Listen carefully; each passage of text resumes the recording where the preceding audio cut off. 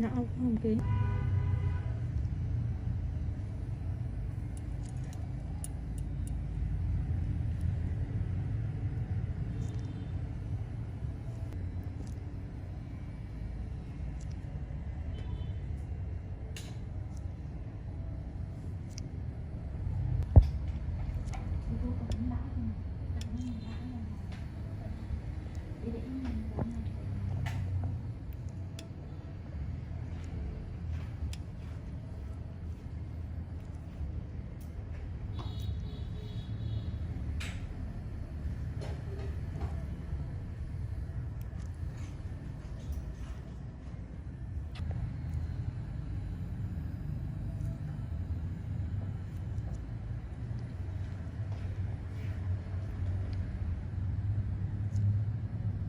Túi cho em về hay để cho nó bác.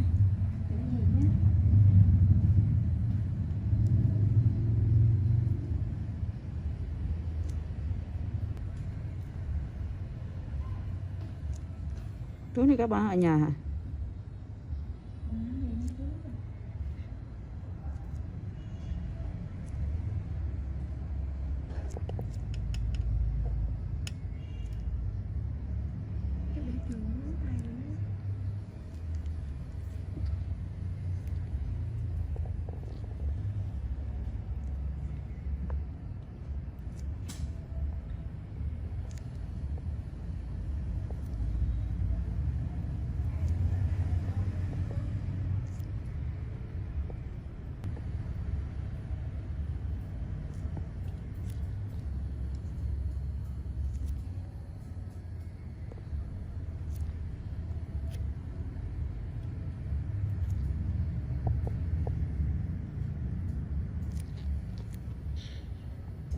Đang xíu này thôi, mình này sắp xong.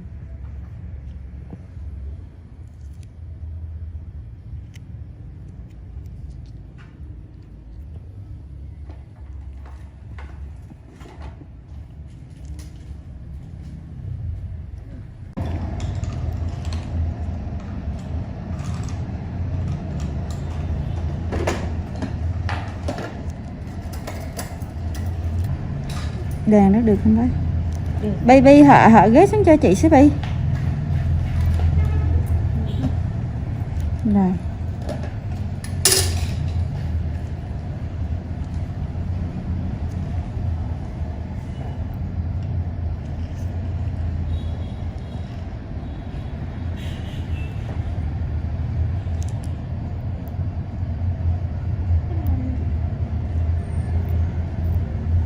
Đồng ý đánh.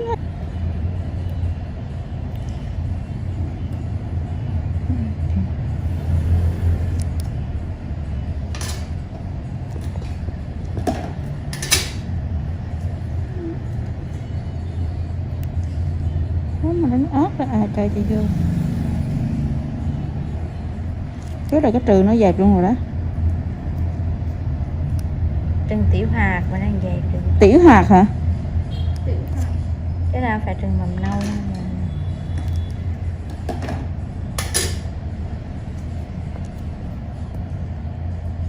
Chù gặp dân bơ nữa hỉ. Ra. Hùng lắm cho rạng. Vẫn quải dân một bơ điếc ghê lắm chứ. Nhưng mà đâu. Ý là tới tàu mẹ lại trước đi rồi đang lên chứ còn từ đang lên rồi mà làm được chi nữa. Còn cái nước thì mình là cũng có tội. Sao? Là ra cố ý không biết không có. Nhưng mà pháp luật họ cũng tha thứ được cái này.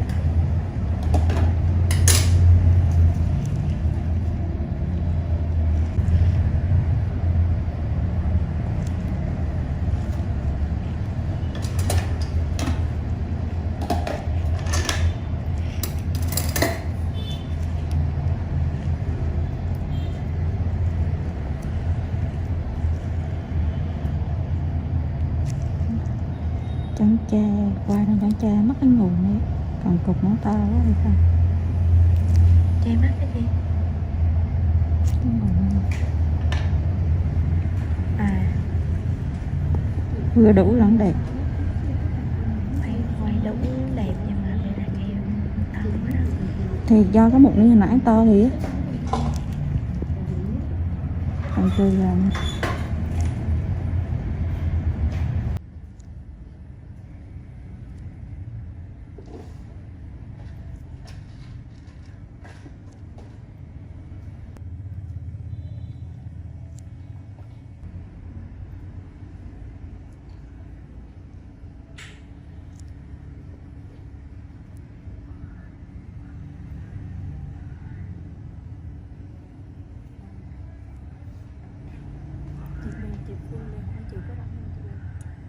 Chị, không rảnh này. Nó kêu là chờ chị kính lịch tới tối luôn rồi.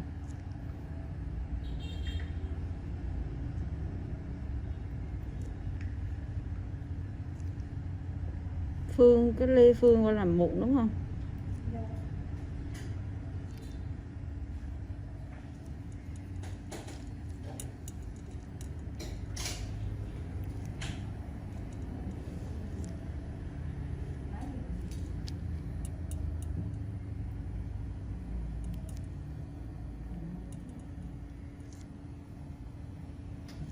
Bên này, bên ơi. Chị trả lời cái tin nhắn hồi nãy chị xe đạp của khách sao mà chị không quen trả lời. Hà bán nữa.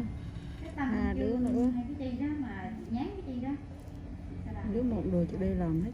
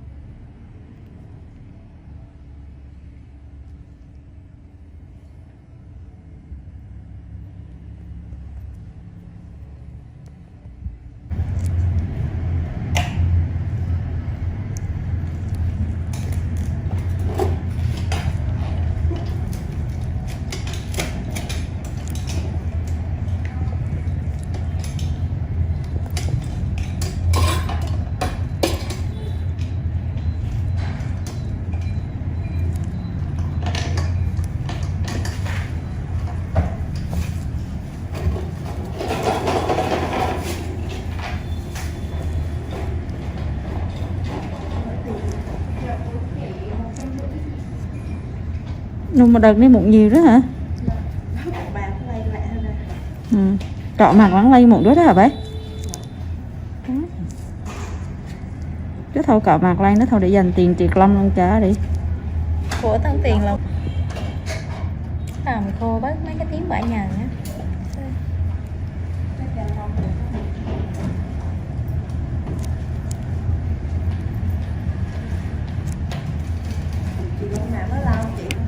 Nhanh lắm em.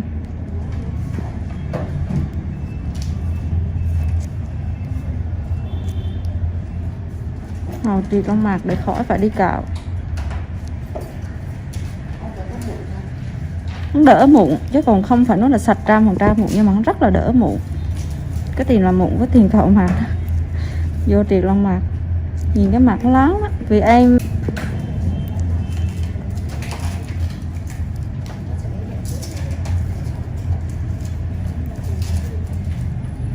nói chung là một triệt lông mặt là có đỡ mụn đỡ bớt cái tiếng bã nhờn dơ lông mặt dơ chứ bộ.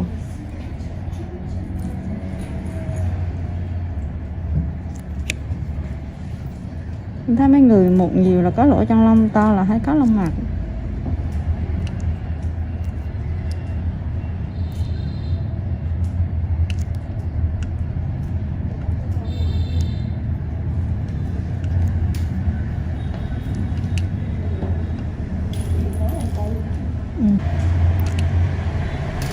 Cái làm bông thì nó không phải.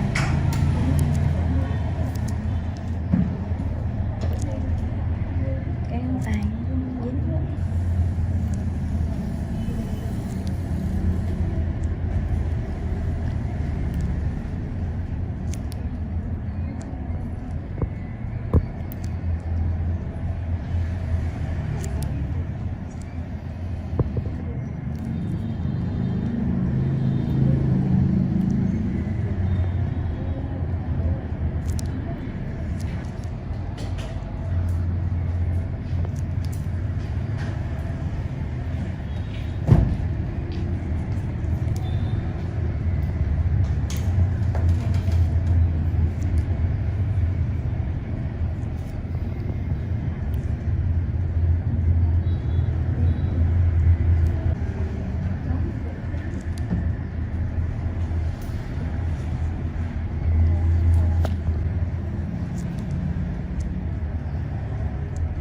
F6C, 1996 to 2005, review.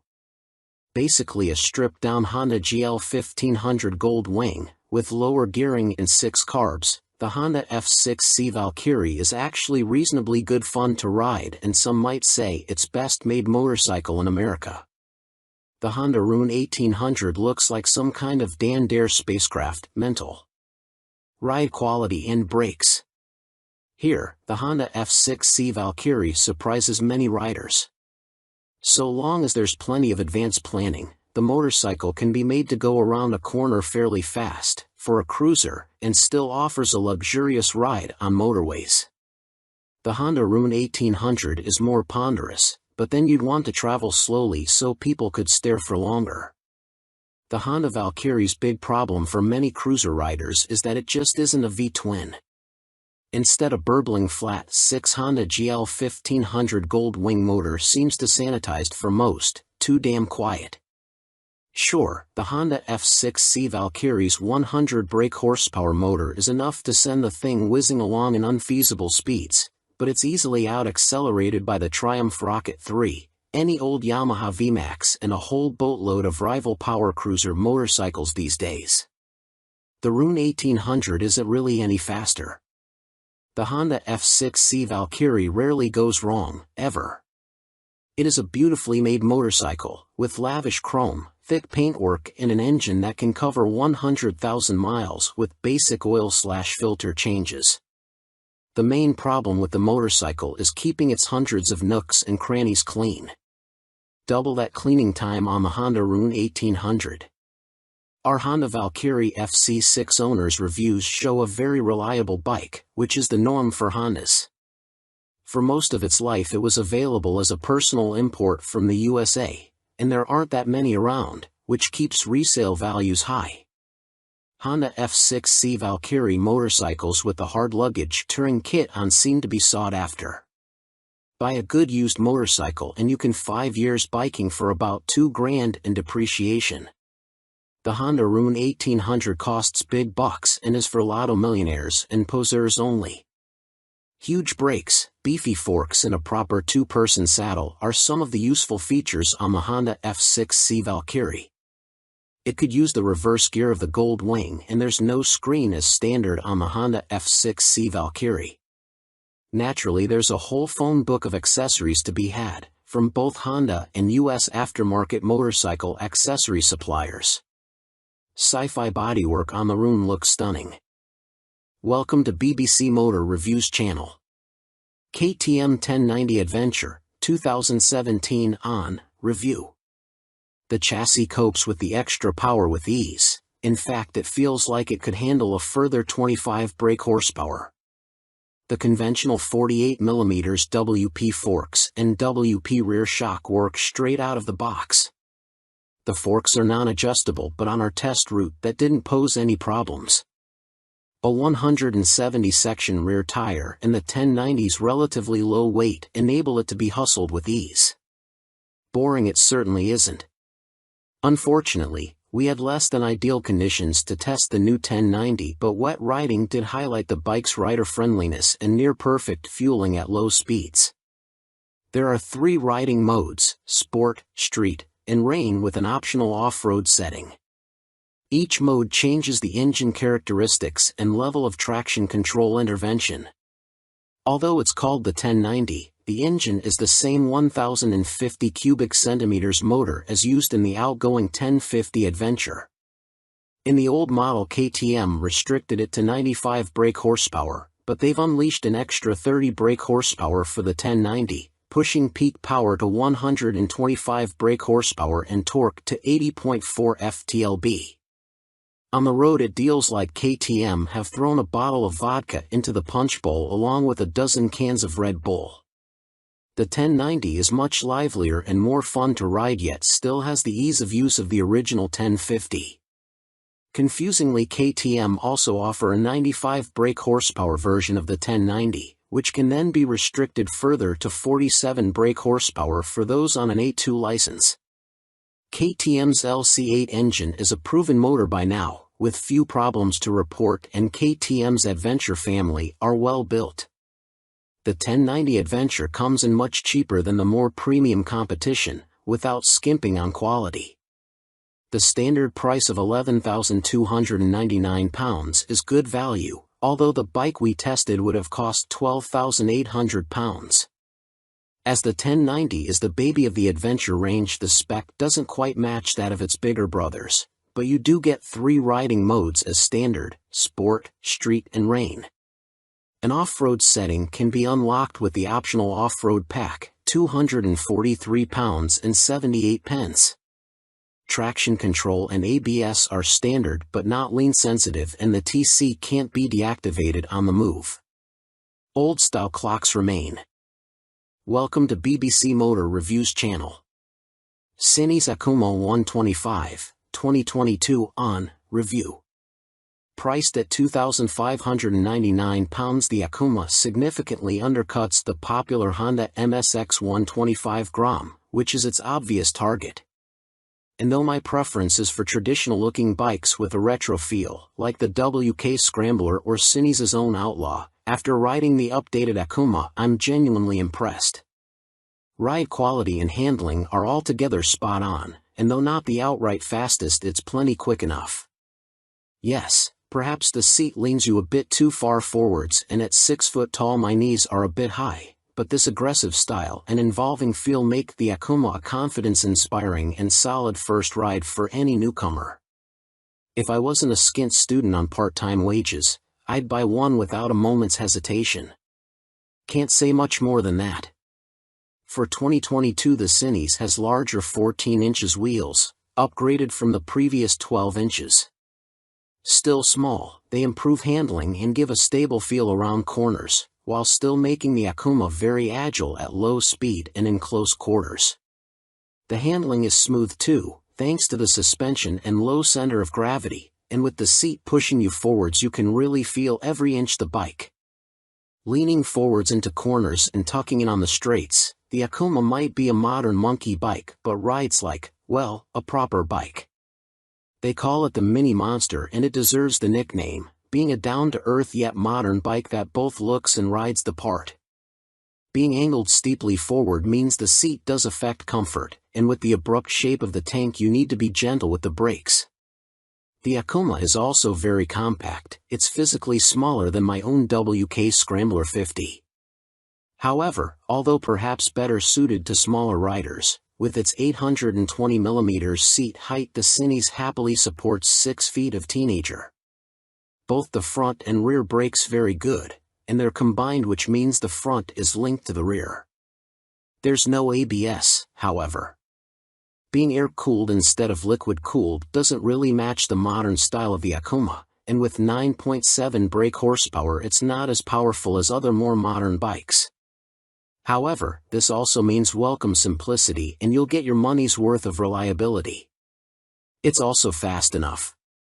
Accelerating sharply and with a more than adequate 67 miles per hour indicated top speed, the Akuma feels swift and has the smoothest, easiest gear change of any 125 cubic centimeters bike I've ridden.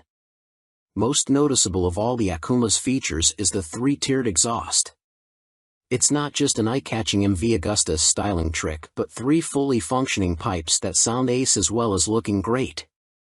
With aggressive shapes, new blacked-out finishes, steel trellis frame, which is non-structural, and its raised tank giving the look of an arched back and so resembling a big cat, go on, imagine, riding the Akuma makes me feel like I stand out from the crowd.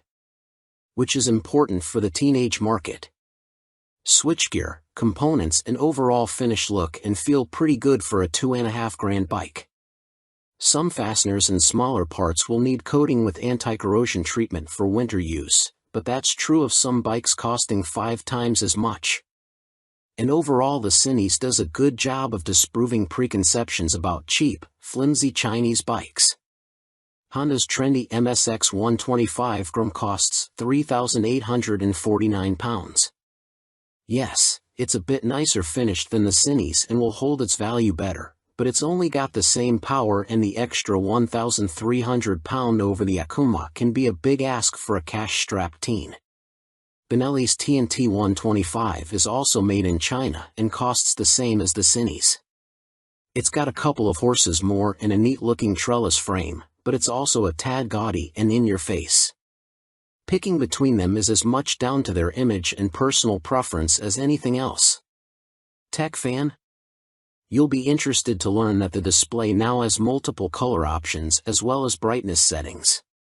At first, I thought it was just another knick-knack, however it is helpful especially in changing weather or when looking through a tinted visor.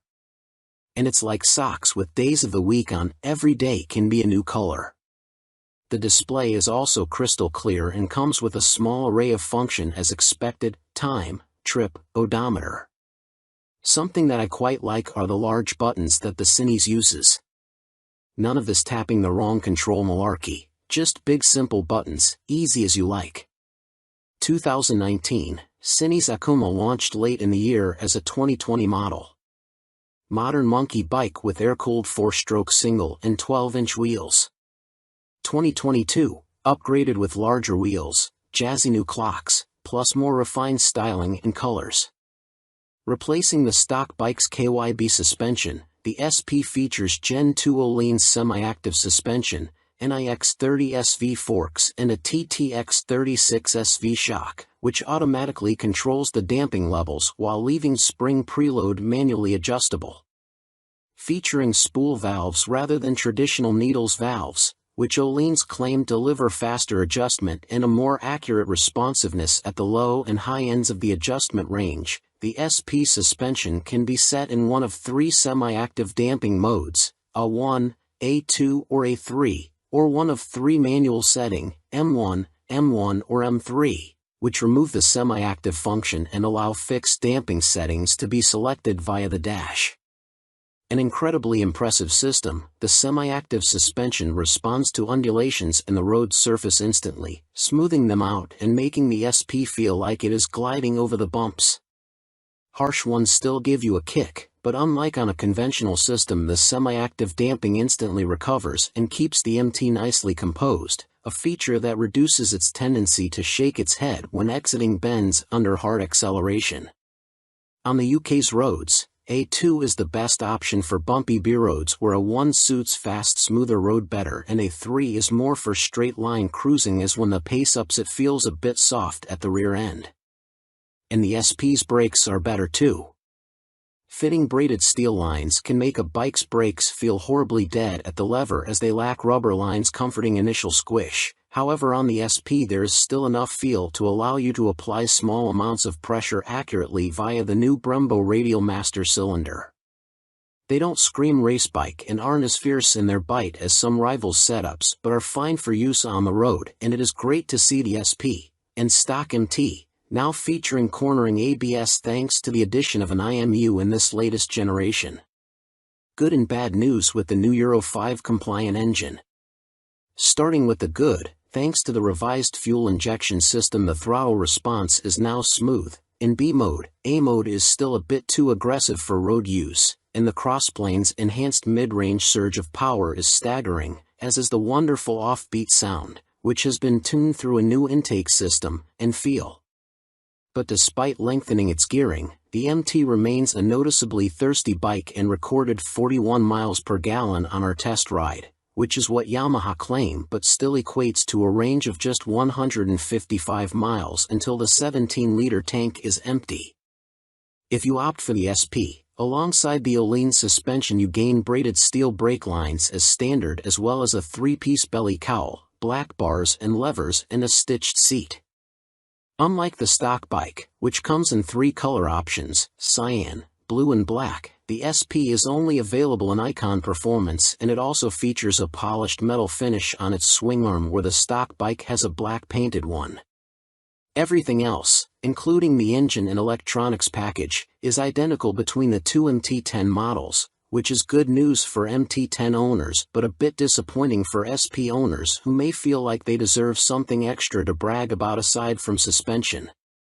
Which brings up the question of price. The MT-10 SP costs £2,500 more than the stock MT-10 at £16,000, which is tantalizingly close, especially when you look at a finance package. On a PCP deal after a £3,000 area deposit, you are looking at paying about £35 a month more for the SP when compared to the stock bike. That's about the price of a takeaway meal for two every month, which seems a small sacrifice to gain that all-important Öhlins bling. In terms of running costs, both the SP and stock MT-10 have the same poor fuel economy and cost roughly the same to insure and service, so that's not a factor in ownership, and the SP should hold its residual value a bit better. How does it stack up against its rivals? Very well. The SP is £16,000, where a Ducati Street Fighter V4 is £19,551 or £21,651 in S-guise with semi-active suspension. The Aprilia Tuono V4 factory is £16,900, the KTM Super Duke EVO £17,899, Triumph Speed Triple 1200 RS £15,500, which lacks semi-active suspension, and the Kawasaki ZH2 SE £19,079.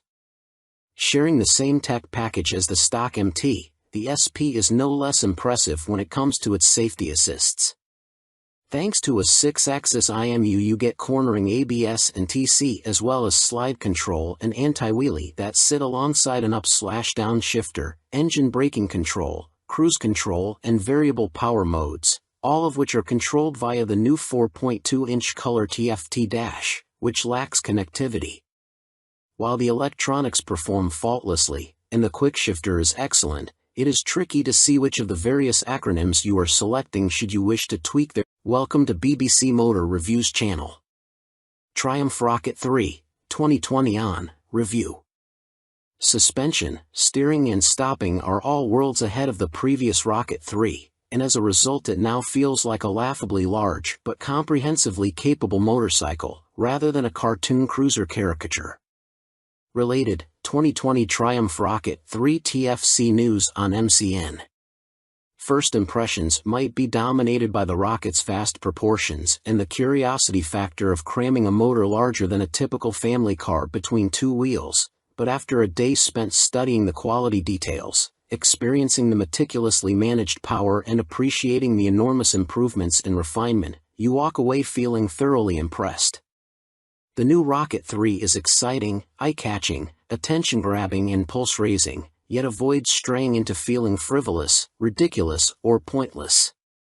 Forget the previous Triumph Rocket 3's cumbersome bulk, heavy-handed handling, basic running gear and Romanesque name badge. The new Rocket 3's chassis is totally different. A cast aluminium spine frame replaces the old twin steel tubes, helping contribute to an incredible 40 kilograms saving over the previous bike, while steering geometry is sharper and the wheelbase is shorter.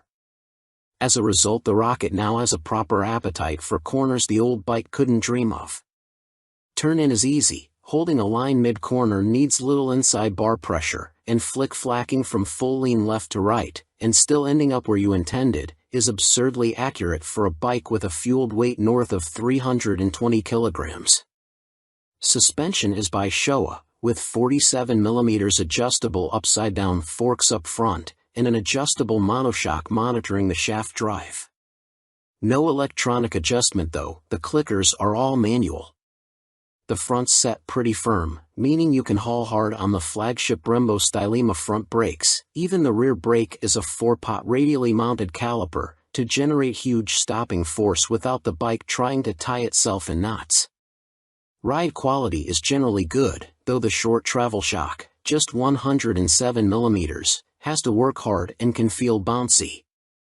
Drive hard and you can clearly feel the rear end of the bike jack up though, a result of the torque reaction from the shaft drive being unchecked by any kind of parallelogram setup. The Rocket 3 comes in two flavors, Roadster R and Touring GT, with the main difference being riding position. The R has a higher seat, mid-set foot pegs and narrower bars, giving a more aggressive Street Fighter stance, while the GT's lower seat, feet-forward controls and wider, higher bars give a relaxed, cruiser feel.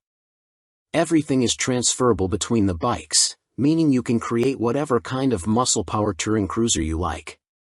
Into the bin goes the Rocket 3's 2,294 cubic centimeters triple, replaced by this all-new, gruntier, smoother, cleaner, stronger and smaller 2,458 cubic centimeters engine.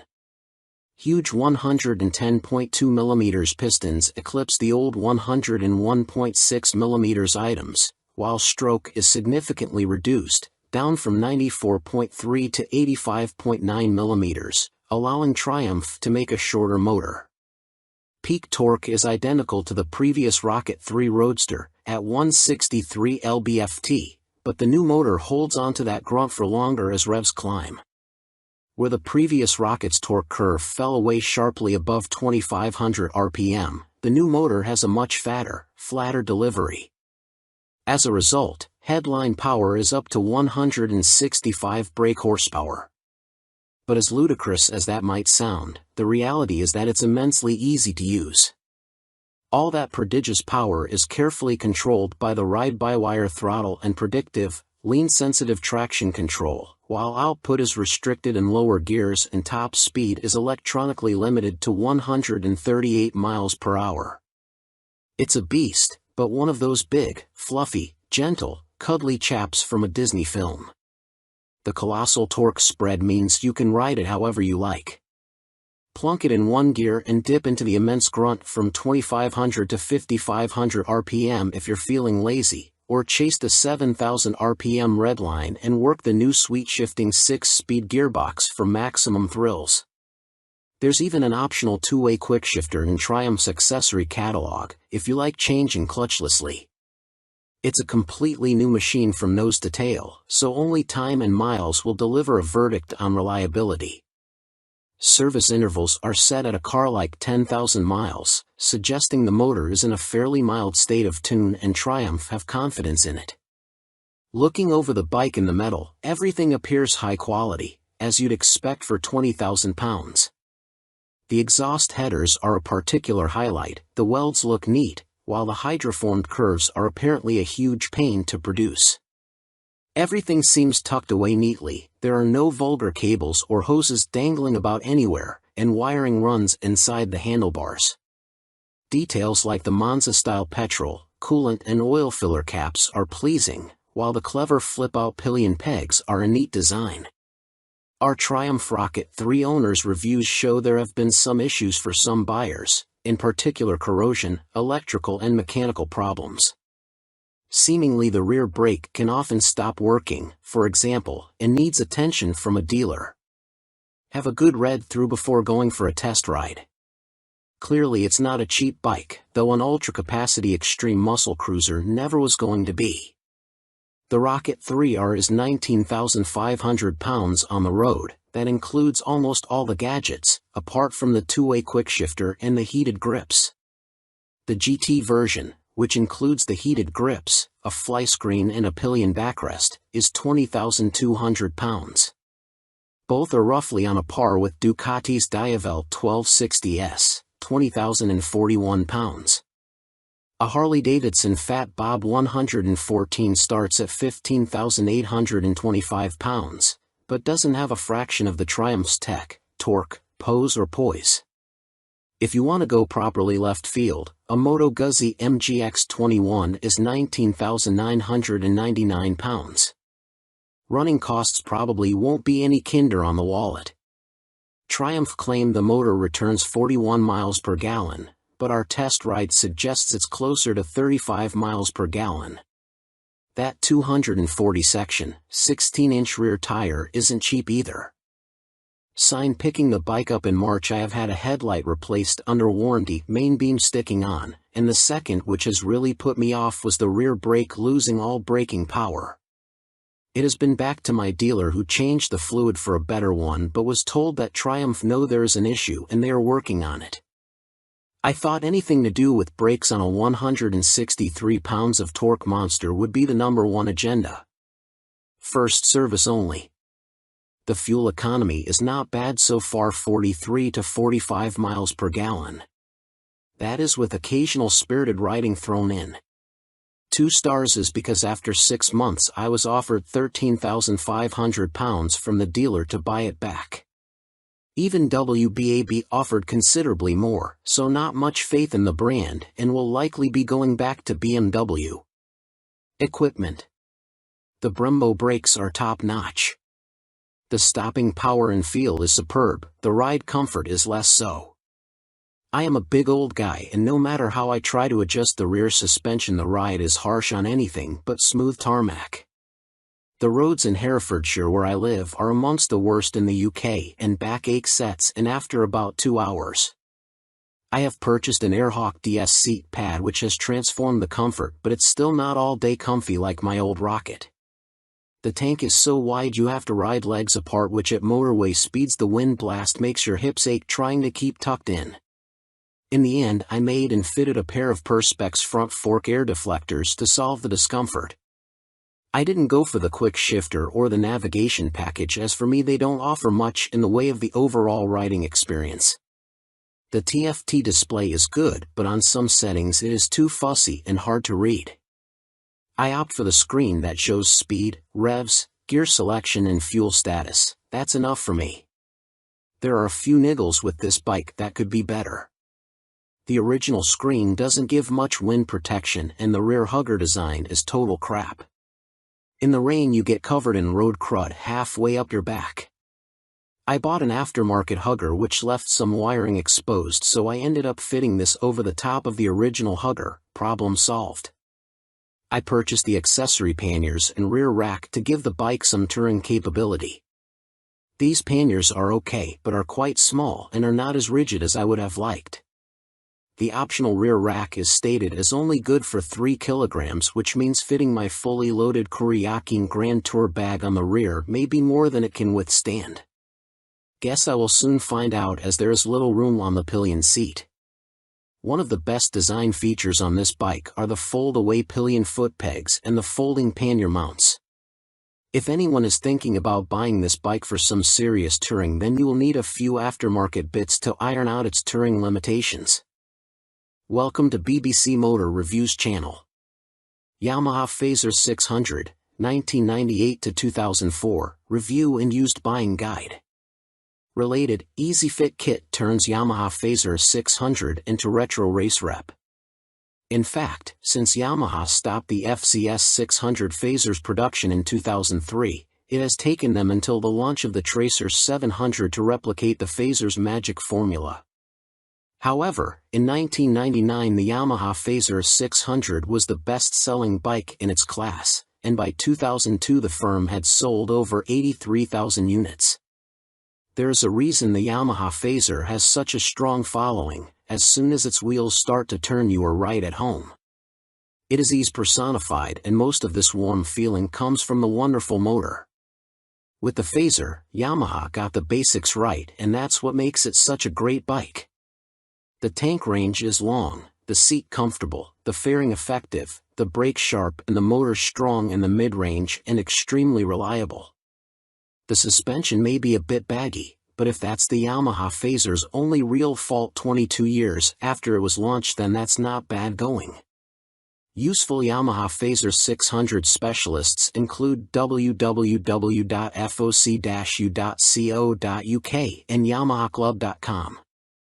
Read on for our full used buying guide. Ride quality and brakes. Launch impressions. When you push the Yamaha Fazer 600 to the limit, which is easy with those blue dot or one brakes up front, it dives a little bit and loads up the front end.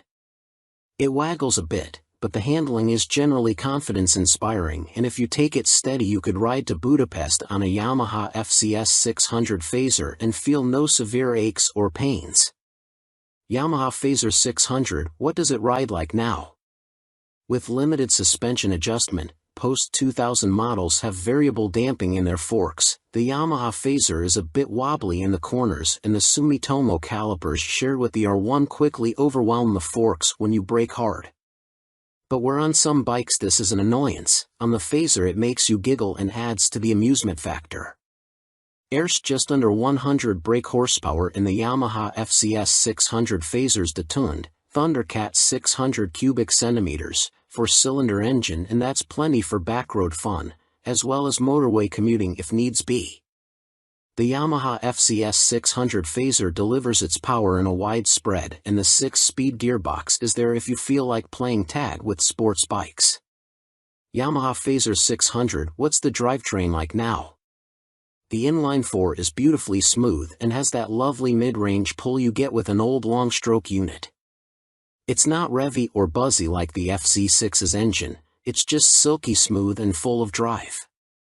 The gearbox may be showing its age, the linkage is notoriously sloppy when worn, but it clunks into gear with a reassuringly solid feel, and the bike is more than happy to break the national speed limit when asked. The Yamaha Fazer is a fairly well-made motorcycle, and except for the black painted downpipes rotting away, or the brake calipers seizing up, the Yamaha Fazer doesn't suffer big problems. It can rack up very high miles with regular servicing. Apart from its thirst for fuel, it would make a great dispatcher's motorcycle. Yamaha Fazer 600 reliability. We've got a whopping 52 Yamaha Fazer 600 owners reviews on the site, and the bike scores 4.6 stars out of 5 overall, with the same score for build quality and reliability. This is an incredibly high score, meaning it's safe to say you can depend on the Fazer 600. Minor issues include the Fazer lacking more modern equipment such as more electronics, but this is an old bike now. You can't expect the world. Its value more than matches its spec. Yamaha Fazer 600 common problems. Early ignition barrels aren't very strong. Check it works smoothly and that the ignition key works the fuel cap and seat lock. The headlight bracket bends if the bike is in an accident and few people replace it, so always check the fairing looks square on the bike. The steel swing arm can trap water and rot around the chain adjusters, so inspect this area well for any obvious rust damage. The Fazer has a 110/70 front tire, and as a result tire choice is limited. You can fit a 120/70, but this can interfere with the mudguard. Yamaha Fazer 600, a mechanic's take. By Chris Spinks, Chief Instructor, Metropolis Training School. The key factor when buying a used FCS 600 Fazer is seeing if it goes into second gear. First gear on the Fazer is quite short, and the jump to second puts a lot of strain on the gearbox. This can cause the second gear selector fork to bend, and that leads to a really stiff change and eventually a broken gearbox. On a cheap bike such as a used Fazer, that can write the bike off as replacing it is not economically viable, as a complete gasket kit costs £500. That said, when I destroyed my Fazer's gearbox on a track day, I bought a new motor for £400, and swapping them over was fairly simple. The sprocket retaining nut is a classic Fazer fault and well documented. The nut comes loose, the sprocket slides off the shaft and then sits on the threaded part of the output shaft. People think the clutch is gone and rev the motor, which causes the sprocket to strip all the threads off the shaft. You can slide the sprocket back on and spot weld it in place, but you need to be careful not to overheat the seals. As long as you fit the nut correctly using the locking washer, you should be fine, although Yamaha did release a deeper threaded nut and this sorts the issue. The lights on the Fazer are poor, but on the 1998 9 model the bulb vibrates and creates a white powder that fills up the lenses. This is impossible to remove and makes the light even worse. Some owners change the lume to convert the Fazer to twin headlights, which is very easy, but you need to tilt the main beam down or it will fail an MOT. After 15,000 miles the shock will be duff. I'd recommend getting the forks rebuilt and buying an aftermarket shock. Don't be tempted to go for a stiff fork springs. I've found softer ones works better. When it comes to the finish, the paint likes to flake off from the engine's fins, so don't jet wash the engine, and check the downpipes. The motor is totally bulletproof, but the cam chain tensioner can need changing and it is a nightmare to get to. At the end of the day, a well-looked-after Fazer is a brilliant buy and totally reliable. At the training school we would see them cover over 65,000 trouble-free miles with only oil changes. Extrema Makeover, Aprilia put the RS660 on a diet for a limited edition focused model. Alongside the surprise launch of their 2023 BX450, Bimota have shed more light on supercharged Tessie Tourer currently in development. Now officially called the Terra, we first caught glimpse of the bike as a basic design sketch at the 2021 EICMA show, with a spokesperson for the Rimini firm later confirming to MCN that it would be powered by the 4-cylinder motor found in Kawasaki's Ninja H2SX range. Never before have Bimota been present in this market segment, Bimota COO, Pierluigi Marconi, said in a statement. No one has this much fun and function in one package. The Terra is an attention grabber that will act like a halo for Bimota by attracting further consumer attention to our impressive vehicle lineup, he continued. Although details remain scarce, Bimota have gone into some depth on the new steering system, which sits diagonally between a front subframe and the front wheel. There are no front forks like a conventional motorcycle, which should aid front-end stability and the ability to trail brake into a corner. This is because braking forces are kept away from the front suspension, leaving it free to deal with bumps in the road. These systems can reduce front-end feel though. Until now, Tessies were only made for the sports segment. Marconi told MCN at EICMA 2021, "We'd like to put the Tessie name to adventurers, tourers, and bikes like that. Our philosophy is to have two lines of bikes," he added. One is the Tessie line and one is for more traditional models.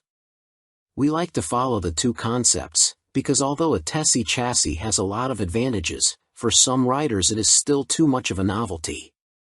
Alongside the funny front end, Bimota have also confirmed that the Terra will receive semi-active suspension developed in partnership with Marzocchi. The ride height can also be adjusted either manually or electronically by 30 mm. Also expect to find 5-spoke forged alloy wheels too, which should help to keep unsprung mass down. It went from first sketch to full-size model in few months using computer-aided design, Marconi continued. You ride some bikes because you have to, but you ride these Bimota because you want to. Terra will appeal to enthusiasts of all ages because the design draws you in, and the performance keeps you there. Superior performance, Broff step up Aston Martin partnership with more powerful AMB 001 Pro. Luxury boutique brand Broff Superior have once again teamed up with supercar experts Aston Martin to create yet another outrageous, limited-run track day machine. The AMB 001 Pro made its debut at the EICMA trade show in Milan and follows in the footsteps of the first-generation €98,000 AMB 001, which entered the public consciousness back in autumn 2019 and has since sold out. The standard track-only 001 features a turbocharged 997 cubic centimeters liquid-cooled V-twin engine that sits as a stressed member in the chassis.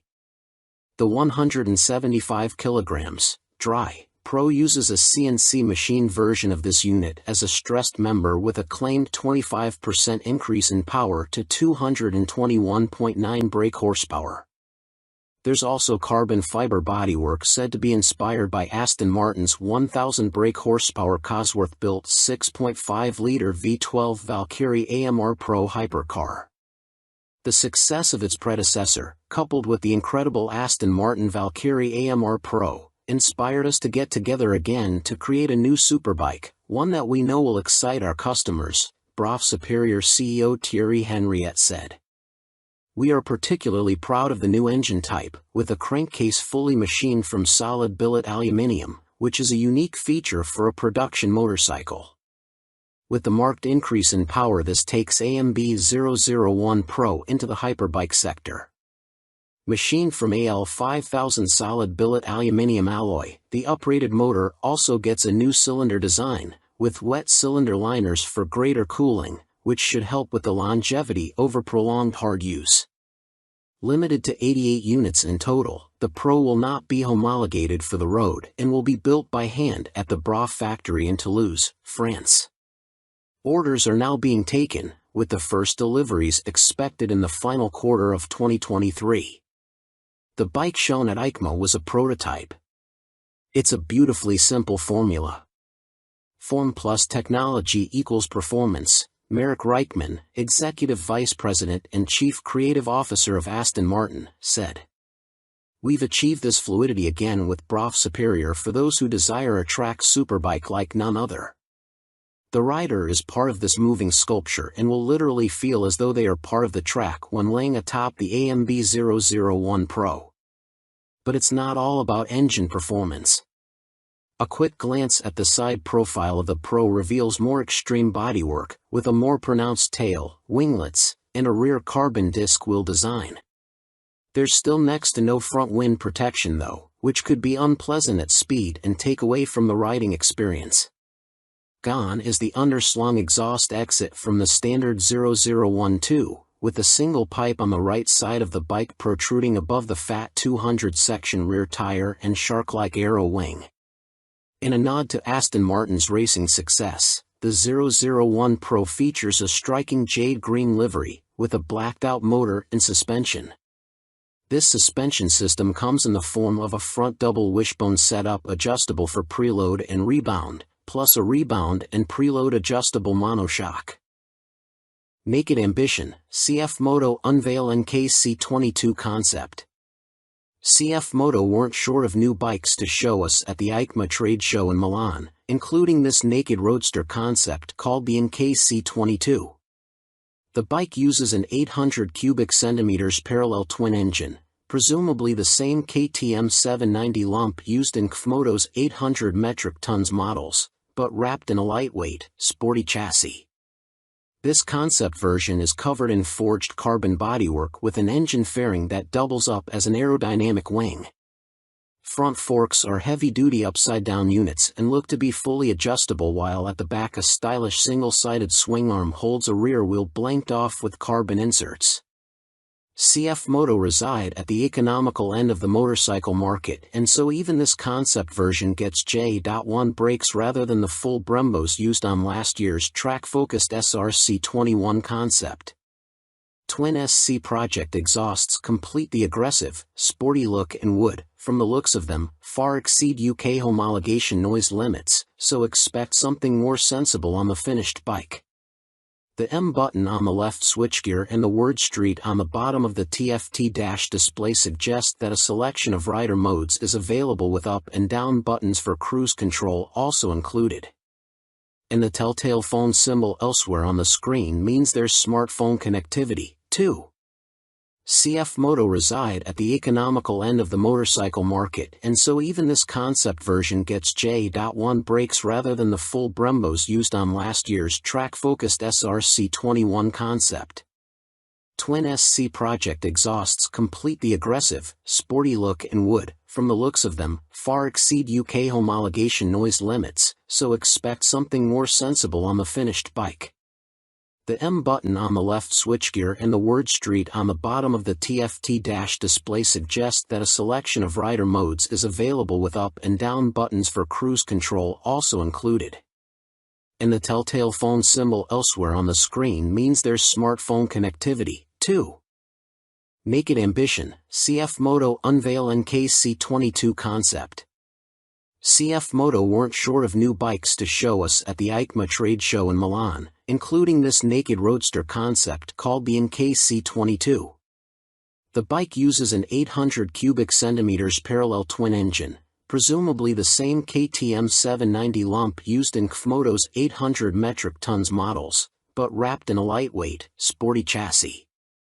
This concept version is covered in forged carbon bodywork with an engine fairing that doubles up as an aerodynamic wing.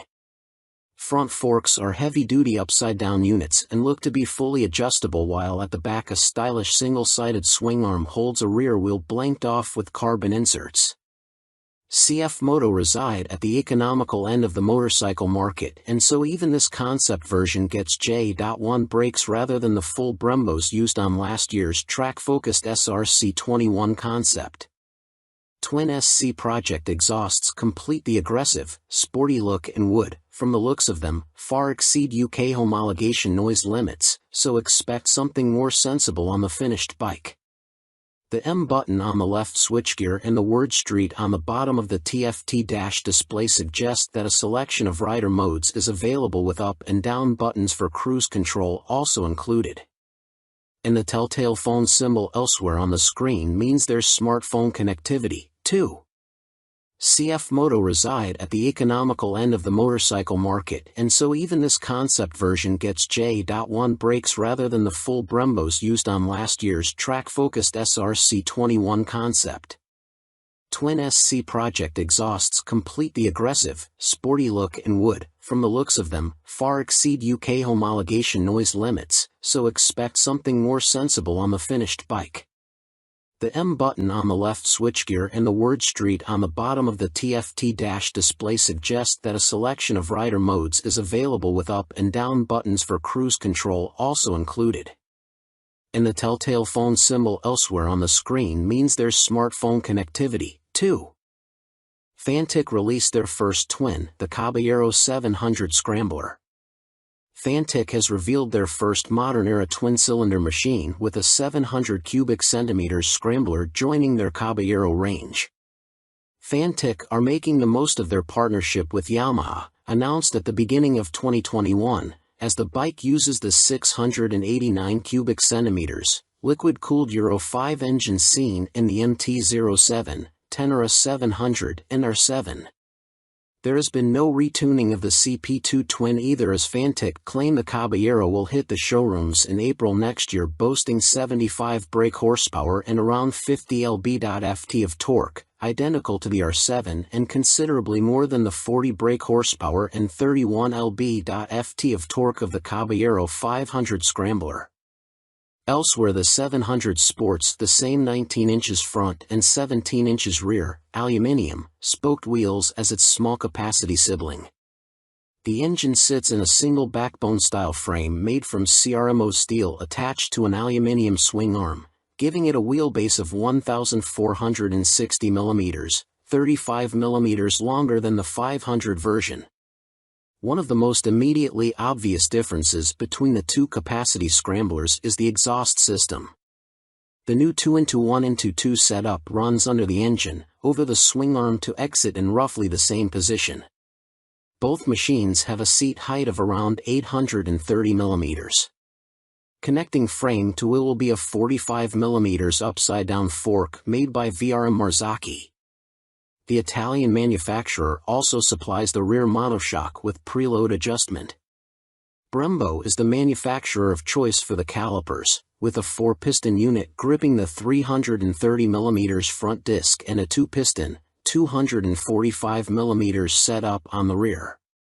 In another first for Fantic, cornering ABS will be standard on the 700. The system will sense the bike's lean angle and fine-tune the braking response accordingly. Traction control also makes its debut to the Fantic lineup, with both rider aids and 3 rider modes, road, off-road and custom, manipulated via a 3.5 inches TFT display with Bluetooth connectivity. A 14-liter fuel tank may be a little on the small side, although the claimed 180 kilograms curb weight should prove competitive when it comes to commuting or a bit of back lane scratching. An expected price tag of around £9,000 may put some off, although stylish looks, proven engine and handling potential could tempt many. Stuart Prestige. By Stuart Prestige. All-weather rider with a penchant for long tours and hours in the saddle. You may also like. Honda released £30,000 limited edition McGuinness 100th TT Star replica Fireblade SP. Who do you think you are, John McGuinness? Well, now you really can live out your TT fantasies, as Honda reveal they will build 30 examples of this CBR 1000RR Fireblade SP John McGuinness 100th TT Start Replica Edition in celebration of the road racing legend's phenomenal accomplishments on the island. The headline visual difference from the stock bike is the bold replica of the paint job John raced with for his 100th TT Start. But this is more than just a replica paint job, there's a whole host of other upgrades to add to the exclusivity. The stars align for me to be back on a Honda Fireblade for my 100th TT Start, says McGuinness. It's an awesome bike and has meant so much to me over my career. I'm proud of my connection with its place in TT history and of this, my replica. John McGuinness is the second most successful TT racer of all time, next to the late, great Joey Dunlop, and while revered as road racing legend, he has also had an exceptional short-circuit career, having raced in 24-hour world endurance races like the Bull d'Or and Le Mans 500 cubic centimeters GPs and the Daytona 200. He's a former British 250 cubic centimeters champion, has ridden in World Supersport and finished third in the 2009 British Superstock Championship. Making his TT debut in 1996, he won the Best Newcomer title in the 250 cubic centimeters class. 3 years later, he took his first win, the 250 cubic centimeters lightweight TT. Over the ensuing 2 decades, 1999 to 2019, he has accumulated an incredible 47 podiums and 23 TT wins, as well as being the first to break the 130 miles per hour lap barrier on a Honda Fireblade, no less. So, what do you get for your £30,000? In addition to the already high spec of the CBR 1000RR Fireblade SP which underpins the replica, the limited edition blade gets a full replica paint job incorporating gold detailing and a film strip showing all of John's TT starts on Hondas. Unsurprisingly, this is where it deviates from his actual race bike, which also pictured his TTs on other manufacturers' bikes, and 100th start sponsor logos. There are gold wheel stripes, an individually numbered plaque on the headstock, genuine Honda carbon fiber front mudguard and carbon rear hugger, or rear seat cowl and tall screen, and Metzeler Racetech RR tires. On startup there's a ring of fire screen animation as the display loads, and 30th anniversary logos on the smart key and laser engraved on the Akrapovic muffler, marking the machine's special place in Honda history. And to cap it all, there's John's signature on the airbox cover. Honda are even offering the opportunity for a personal handover from John McGuinness MBE himself, at Honda Racing UK in Louth. If that's not enough, you'll also get a custom Fireblade garage mat, genuine Honda accessories indoor bike cover, 3D laser engraved crystal featuring a design of the John McGuinness 100th start replica. All inquiries and orders for the John McGuinness CBR 1000RR Fireblade SP 100th start replica are to be via the Honda dealer network, and if you want to see one in the flesh, it will be on display on the Honda stand throughout Motorcycle Live at the NEC from November 19th to 27th. Fantic released their first twin, the Caballero 700 Scrambler. Fantic has revealed their first modern-era twin-cylinder machine with a 700 cubic centimeters Scrambler joining their Caballero range. Fantic are making the most of their partnership with Yamaha, announced at the beginning of 2021, as the bike uses the 689 cubic centimeters, liquid-cooled Euro 5 engine seen in the MT-07, Tenere 700 and R7. There has been no retuning of the CP2 twin either, as Fantic claim the Caballero will hit the showrooms in April next year, boasting 75 brake horsepower and around 50 lb.ft of torque, identical to the R7 and considerably more than the 40 brake horsepower and 31 lb.ft of torque of the Caballero 500 Scrambler. Elsewhere the 700 sports the same 19 inches front and 17 inches rear, aluminium, spoked wheels as its small capacity sibling. The engine sits in a single backbone-style frame made from CRMO steel attached to an aluminium swing arm, giving it a wheelbase of 1,460 mm, 35 mm longer than the 500 version. One of the most immediately obvious differences between the two capacity scramblers is the exhaust system.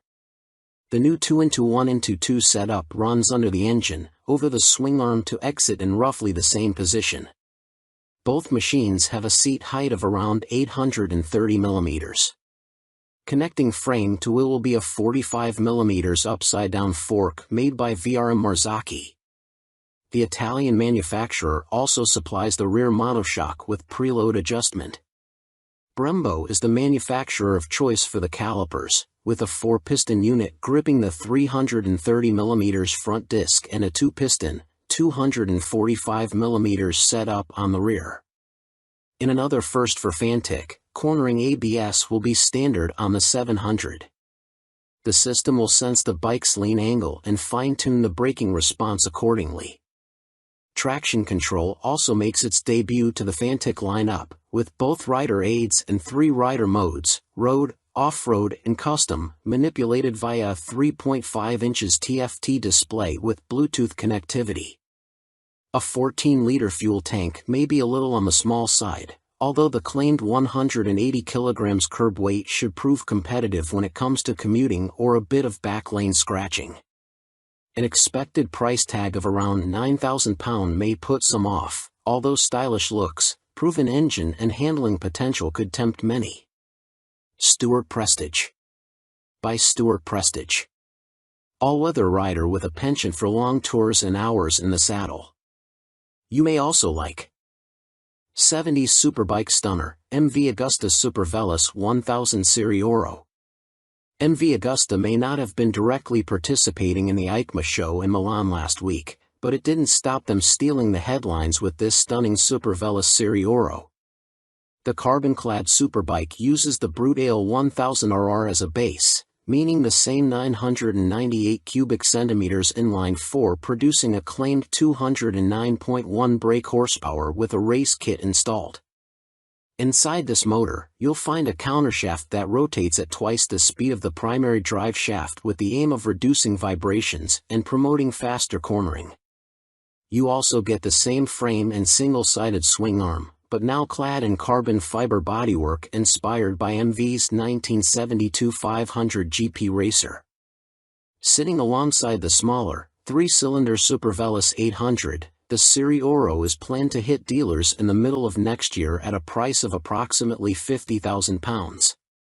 In total, 40 elements of the bike are finished in carbon fiber, including a set of winglets that MV claim produce 39.2 kilograms of downforce at 199 miles per hour. You also get carbon fiber disc brake covers, which attempt to pay tribute to the drum brakes of old whilst also cooling the calipers, essential on a bike capable of such high speeds. MV Augusta also claim the design allows air to flow around the brakes towards the coolant and oil radiators for better temperature control. There are air vents along the carbon fairings, too. Despite the superbike credentials, the Serie Oro has deliberately been made more comfortable and less extreme than traditional circuit stars, and it features electronically adjustable Öhlins NIX forks for a high-quality ride. They are matched to an Öhlins TTX rear shock, which bolts directly to the swing arm. As you'd expect for a bike of this caliber, stopping power comes from premium Brembo Stylema monoblock calipers, which bite onto chunky front 320mm discs. You also get 5-spoke forged aluminium rims, and 4 underseat exhausts, just unlike the company's landmark F4. In addition, there's a suite of lean-sensitive electronics, plus a 5.5 inches TFT color dash to control them, with the added option of mobile connectivity. Dan Sutherland. By Dan Sutherland. News editor, sports bike nut, and racing fan. You may also like Moto range grows, Super Soco owners launch 3 new urban models at EICMA 2022. Electric scooter manufacturer Moto, parent company of Super Soco, have had a busy year, releasing 3 new models at EICMA, including the 125 cubic centimeters comparable e-bike, the Moto Soco Stash. The release of the production model comes just a year after the unveiling of the prototype, with the bike so named due to its multifunctional storage compartment, housed in the fuel tank, large enough for a full-face helmet or other accessories. At its heart is an electric motor producing an average 8 kilowatts with a peak of 15 kilowatts. This propels the Moto Stash to a top speed of 75 miles per hour when the boost is deployed. 68 miles per hour is on tap without the boost. A 72V removable battery provides the juice and can be charged using a fast charger in a conventional 3-pin plug in 3.5 hours. Charging without the fast charger will take between 5 and 6 hours. No range specifications have been released, but expect it to have the same 30-mile capacity of the Super Soco TS Street Hunter, which has the same top speed capability. A newly designed swing arm pivots off a solid, lightweight frame, driving a 17-inch rear wheel. A 17-incher is also fitted on the front, and ABS disc braking is standard. A relatively tall seat height of 830 mm awaits the rider, and the stash has a curb weight of 143 kilograms. The company also unveiled their first dirt bike-style machine, which weighs in at just 84 kilograms. The machine comes in two models, the Bimota On-R, which comes with road tires, or the OFFR, which is equipped with knoblet tires. The On-R/OFFR can be set up in either L1 configuration, comparable to a 50 cubic centimeters machine, or L3, which mimics a 125 cubic centimeters. In the L3 iteration, the bike can reach speeds topping 50 miles per hour, while the L1 configuration limits the top end to just under 30 miles per hour. Bimota claim a range of up to 90 miles with recharge times taking 2 hours for the L1 configuration and 3 hours for the speedier L3. A die-cast aluminium frame cradles the 8 kilowatts motor, producing a claimed 190 feet per pound of instant torque. A swing arm with a single rear damper secures the belt-driven, rear-spoked wheel. No retail price has been provided. The Moto Soco F01 scooter is, technically speaking, not a new bike, as it was available as part of a commercial fleet, but now will be available to the general public, the company also announced at EICMA. The urban commuter will, like the On/OFFR models, will be available as an L1 or L3 configuration. A 2 kilowatts or 4 kilowatts, L1 and L3, motor will get the rider up to a maximum speed of 27 miles per hour for the L1 and 45 miles per hour for the L3 model. Bimota claim a range of between 50 and 60 miles dependent upon the setup and riding style. The charging time of the removable battery is 3.5 hours with a fast charger using a domestic 3-pin plug, or 6 hours without the fast charger. Coming in at 110 kilograms with a seat height of 855 mm, the F01 should prove a popular choice for city transportation. The F01 will be available in white, light or dark blue, red and black.